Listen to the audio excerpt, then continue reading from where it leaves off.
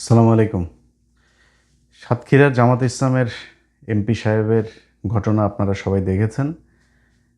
গেল ২ দিন ধরে তার এই ভিডিও নিয়ে যদি কনক্লুশনে আসি তাহলে বিষয়টা এরকম দাঁড়াবে যে ইয়েস, এই ভিডিওটা সত্য।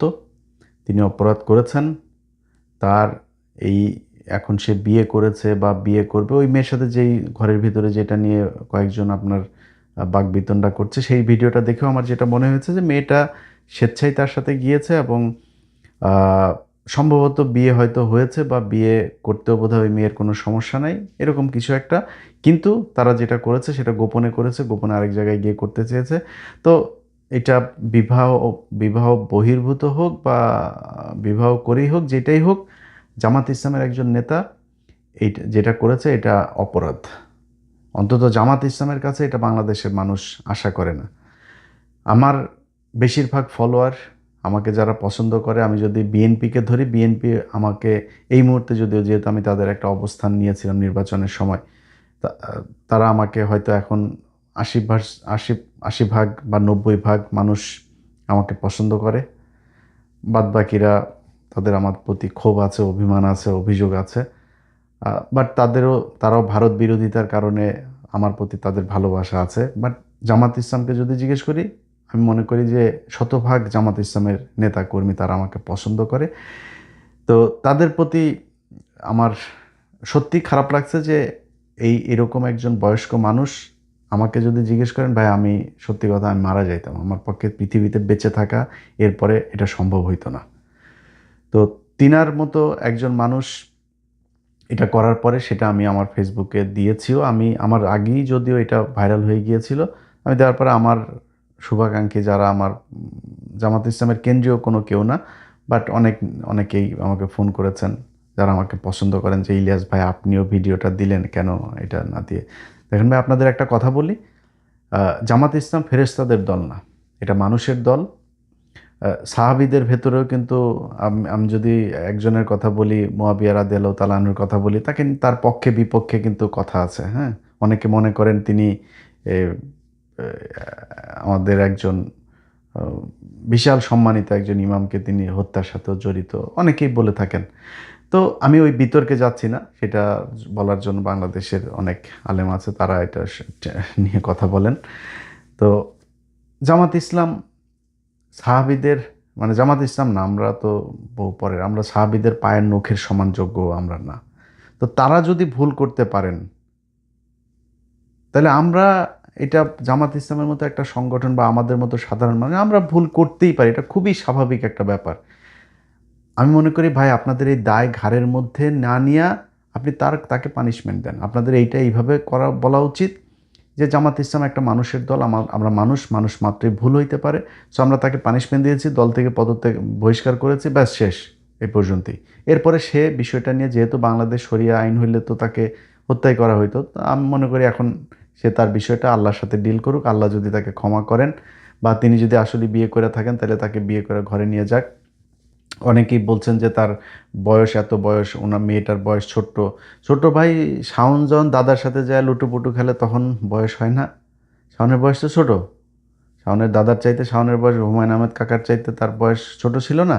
তো দাদার সাথে সে খেলে নাই, আকাম কুকাম করে নাই, মুনাসপল্লি টল্লি বিভিন্ন জায়গায় খেলা টেলা তো আগেই করছে, কইরা তারপরে যা বিয়ে করছে। তো এগুলোতে সমস্যা হয়নি, জামাত ইসলামে উনি করছে এই জন্য সমস্যা হয়েছে। এখন জামাত ইসলামের ভাইদেরকে কে বলবো, জামাত ইসলামের নীতি নীতি নির্ধারণী পর্যায়ে যারা আছে তাদেরকেও বলবো যে ভাই, ওনার পানিশমেন্ট দেন, ওনার দল থেকে বহিষ্কার করে তারপরে আপনি আপনি কলঙ্কমুক্ত হন। জামাত ইসলামের ভাই খালি উনি একা না, আমি সরাসরি বলি, ওনার মতো এরকম আরও 4 জন 5 জন 10 জন 20 জন থাকতে পারে। এই একই কাজ তারা হয়তো গোপনে গোপনে করছে, ধরা পড়ে নাই তাই ভালো।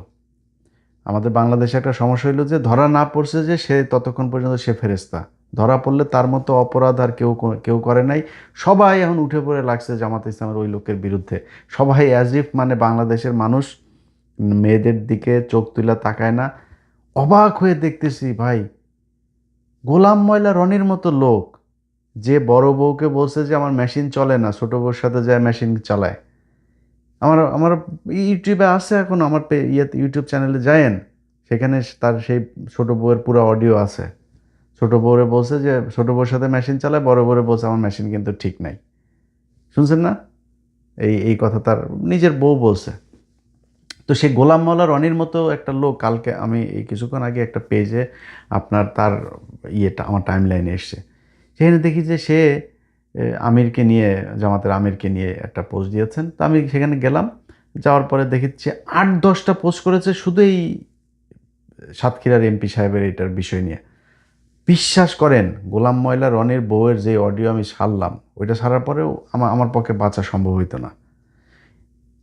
সেই ব্যক্তি এরকম কোনো ঘটনা যদি আমার আসতো, যদি বেঁচেও থাকতাম, আমি 4-5 দিন সোশ্যাল মিডিয়াতে আসতাম না। ও এই লোকের নিয়ে এগুলো বলে, শালা লুচ্চা, তুই যে আকাম কুকাম করছিস, বড় বড় মেশিন চলে না বলে আরেক বেটিরে গোপনে বিয়ে করে তারপরে আরেক জায়গায় গিয়া থাকিস, তুই কেমনে এটা নিয়ে আলোচনা করতে আসছিস? এও কথা বলে। এখন অন্যান্য রাজনৈতিক দলের কথা যদি বলি ভাই, নাম ধরে বললাম না, কিন্তু সবার পাশার নিচেই না গু আছে, একটু হাত দিয়ে দেখেন। বহু জায়গা থেকে আপনাদের এই যে বিএনপির মহাসচিব মহোদয় আছে না, মহাসচিব মহোদয় নিয়ে আপনারা তো আলাপ টালাপ করেন না। আপনাদের মহাসচিব মহোদয় আপনাদের দলের কেন্দ্রীয় এক নেতা, যেই নেতা কোভিডের পরপর মারা গিয়েছে, তার বউরের সাথে লুটোপুটু করেছেন। শুধু তিনি একা না, দলের আরও 3-4 জন বহু বড় বড় মন্ত্রী তিনারা এখন তার সে বউর সাথে লুটোপুটু করেছেন। তো আমি মাঝখানে একটা ইয়ে দিতে চেয়েছিলাম না, কয়েক সেকেন্ডের একটা প্রোমো দিলাম না, ট্রেলার দিলাম, আপনার একটা পর্ব আসছে আগামীকাল। ওইটা দেওয়ার পরে কাপড় চোপড় নষ্ট হয়ে গেছিলো বেশ কয়েকজনের। বিশাল বড় এক জায়গা থেকে ফোন করে তখন বললো যে ভাই, নতুন একটা সরকার আসছে, আপনি এই মুহূর্তে এটা দিলে। তো দেই নেই, চেপে রেখেছে। কারণ বিএনপির সাথে তো আর আওয়ামী লীগের মতো অবস্থায় আমরাও যাইতে চাই না। বিএনপির সাথে তাল মিলায় চলে যেতে চাই, যতক্ষণ পর্যন্ত তারা ভারতের সাথে আওয়ামী লীগের মতো নিজের পিছন পশ্চাৎ দেশ ভাড়া না দিয়ে দেয়। তাদের সাথে রাজনৈতিক একটাই থাকবে। আমি তো সরাসরি দাঁড়িপাল্লার ভোট চেয়েছি। আমি এখন আমারে পদ টদ দিবে বিএনপি, আমারে কোনো সুযোগ সুবিধা দিবে, এই জন্য আমি ওই লেভেলের ছোট লোক জীবনে হয়েও নাই। আল্লাহ যেন মৃত্যু পর্যন্ত নাও করায়। সামনের বার নির্বাচন যদি আসে, সামনের নির্বাচনে আমি হয়তো দাঁড়িপাল্লার ভোটই চাবো, যদি এই ইয়েটা যদি এই অবস্থায় থাকে। আপনি যত কিছু দিয়েই বুঝান, যত আপনি বিএনপি করলে বিএনপির প্রতি আপনার ভালোবাসা থাকবে, বিএনপির প্রতি আপনার আবেগ থাকবে, সব ঠিক আছে ভাই, কিন্তু আপনি একটা এলাকায় যদি জামাতের আর বিএনপির লোকের ভাগাভাগি করেন, ওই আপনি ভালো মানুষ খুঁজতে গেলে আপনাকে যদি শতভাগ সৎ এরকম কোনো মানুষ খুঁজেন, সেই পার্সেন্টেজটা বিএনপিতেও আসে, বাট জামাতে সেটার সংখ্যা বেশি। এটা আমি মনে করি। আপনার কাছে এটার ভিন্ন কোনো মতামত থাকলে সেটা আপনার ব্যাপার, কিন্তু আমি মনে করি এটা। এখন সেই বিএনপির লোকজনও কিন্তু এটা নিয়ে ব্যাপক কোলাহল চলছে, তাদের ভেতরে খুব উত্তেজনা চলছে। তো করেন, সমস্যা নাই।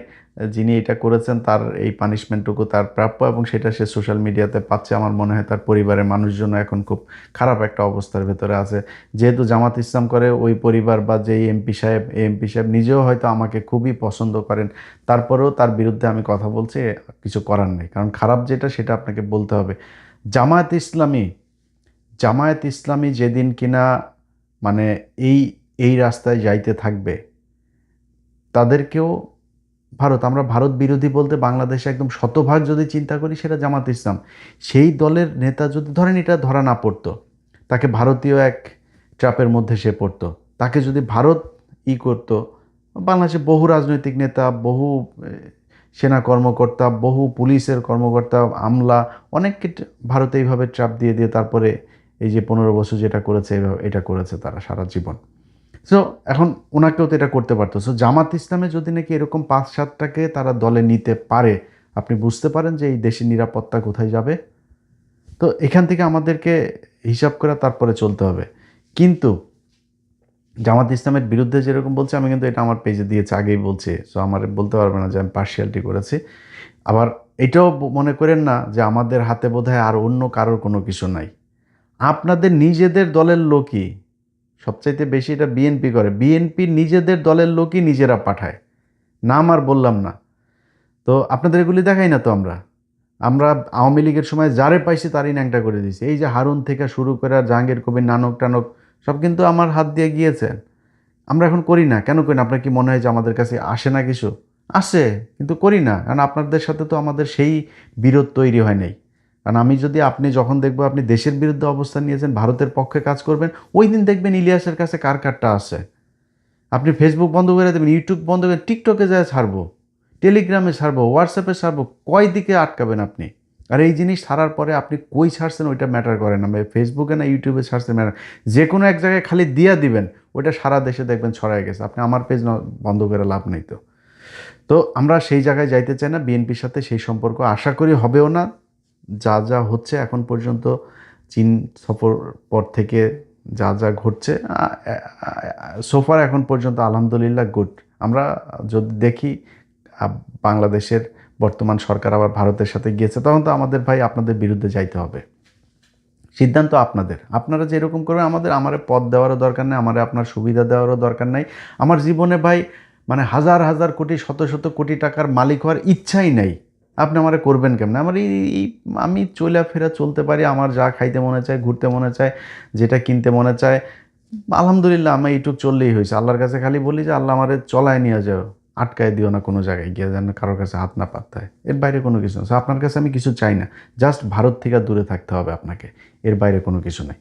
এখন এই বিএনপি এবং অন্যান্য আওয়ামী লীগ সহ তারপরে সাধারণ মানুষ যারা যারা এগুলো করছে, এটা তো ভাই ট্রল এটা করবে, এটা কোনো ব্যাপার না। বিএনপির আজকে একটা কেউ কিছু পাইলে জামাত ইসলামের লোকজনও, শিবিরের পোলাপানও তারাও এইভাবে ট্রল করবে, এটা খুব স্বাভাবিক। কিন্তু একটা বিষয়ে আমার মাথায় আসে না, সেটা হলো বাংলাদেশের প্রতিটা গণমাধ্যম, অলমোস্ট প্রতিটা গণমাধ্যম এটা নিয়ে নিউজ করেছে। এটা কি বাংলাদেশের মেইন স্ট্রিম গণমাধ্যমে নিউজ করার ব্যাপার? এটা কি হয় বাংলাদেশে? সবসময় এরকম হয়? আপনারা কি মানে আমি ধরেন আওয়ামী লীগের সময় হারুনের টুনটুনি দেখানো হয়েছিল না? হারুনের টুনটুনি যখন দেখালাম, আপনারা সোশ্যাল মিডিয়াতে নিউজ করছিলেন? জাহাঙ্গীর কবির নানকেরটা বের করার সময় নিউজ করছিলেন আপনারা সোশ্যাল মিডিয়াতে? পরিমণি যখন কিনা ওই যে সাকলা ইন্ডিয়া নিয়ে করলো, তখন আমি ভিডিও ছাড়লাম, তখন আপনারা নিউজ করছেন কি ইলিয়াসের হাতে কিভাবে গেল এই ভিডিও? আপনারা কিন্তু ওইটা নিয়ে নিউজ করেন নাই, আমার এইভাবে কি। কিন্তু এখন জামাত ইসলামের একজন এমপির বিরুদ্ধে এটা হওয়ার পরে প্রতিটা নিউজ, প্রতিটা গণমাধ্যম অলমোস্ট শুধু নিউজ করেই নাই, ফলো আপ নিউজও 4টা 5টা 10টা 15টা পর্যন্ত ফলো আপ নিউজ করছে, এরকম গণমাধ্যমও আমাদের দেশে আছে।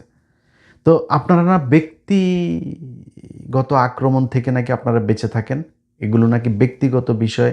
তো ব্যক্তিগত আক্রমণ করে না, ব্যক্তিগত আক্রমণ জামাত করলেই তখন খালি ব্যক্তিগত আক্রমণ করা যায় নাকি? অন্যদের বেলায় আর করা যায় না। জামাত ইসলামের নেতাদেরকে মিথ্যা আপনার বানায়া বলছেন যে তারা নাকি এই মতিউর রহমান নিজামী হরিণ এনেছে, মেয়ে নিয়ে তারপরে পাকিস্তান ক্যাম্পে নিয়ে দিয়ে আসতো। তো আপনি তার এই যে মিথ্যা কথাটা বললেন, মিথ্যা কথা বলে লোকটারে ফাঁসি দেওয়াইলেন, এগুলো আপনাদের আপনাদের নিউজ পত্রিকা টেলিভিশনে আপনারা এগুলো প্রচার করেছেন। আপনারা এগুলো অনুসন্ধান দেখায় তারপরে মিথ্যা ইতিহাস বানায় তারপরে তাদেরকে ফাঁসি দেওয়াইছেন। তখন ব্যক্তিগত আক্রমণ ছিল না। অতএব আমরা লেভেলটা মানে এই একদম লেভেলই দেখতে চাই।